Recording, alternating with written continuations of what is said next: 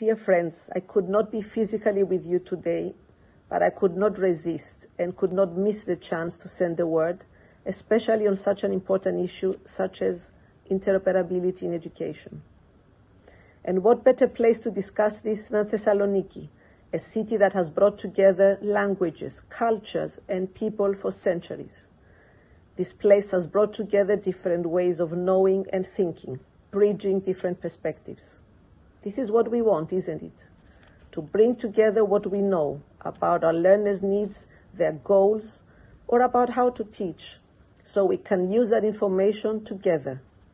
If we focus only on individual aspects of learning, if we focus only on what each digital tool allows us to see, we miss the bigger picture.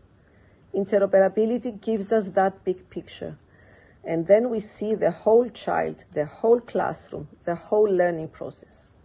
From our side in the European Commission, we see the importance of this issue in three arenas. We see it in inclusion, we see it in mobility, and we see it in digital learning. First, regarding inclusion, we want no learner left behind, but this cannot be and is not simply a slogan. If we do not see a child's needs, if we do not match their ways of learning, then we are not including them fully in the classroom and in the school community. For this, we need to know what to look for, and our flagship initiative, the European Education Area, is going a long way to do this. Through the Erasmus Plus program, we have both bottom-up projects and bigger initiatives like the Erasmus Plus Teacher Academies that help educators learn a common vocabulary to discuss these challenges. They work together and their wisdom can then be used by others as well.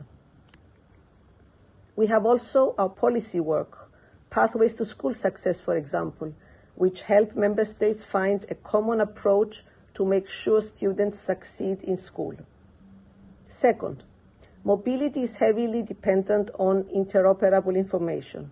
By definition, as two institutions send or welcome a learner, they need to communicate, they need to speak the same language, have the same standards, and be able to share information from one system to another. Here we have initiatives like the European Student Card Initiative, removing student mobility's administrative hurdles through digital means. And we also have the European Strategy for Universities, bringing universities together for excellent cooperation across borders. Third, there is a need for interoperability as we digitalize the classroom.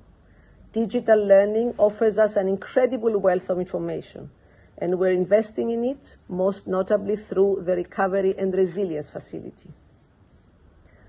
We also have the Digital Education Action Plan, which supports educators and the EdTech sector.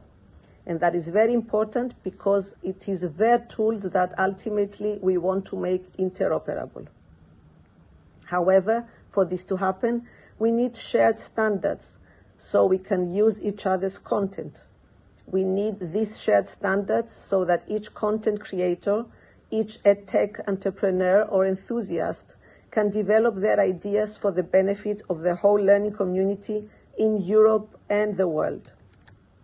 To that end, we are preparing a European exchange platform for sharing digital education resources in higher education. This platform is still early in development, but we hope it will aid the sector precisely with shared standards, making the content we use fair, findable, accessible, interoperable, and reusable. To prepare our education systems for the challenges the future may bring, we need tools that, like ourselves, can work together so that we can connect the dots. And events like this one go a long way to generate the ideas that will push us forward.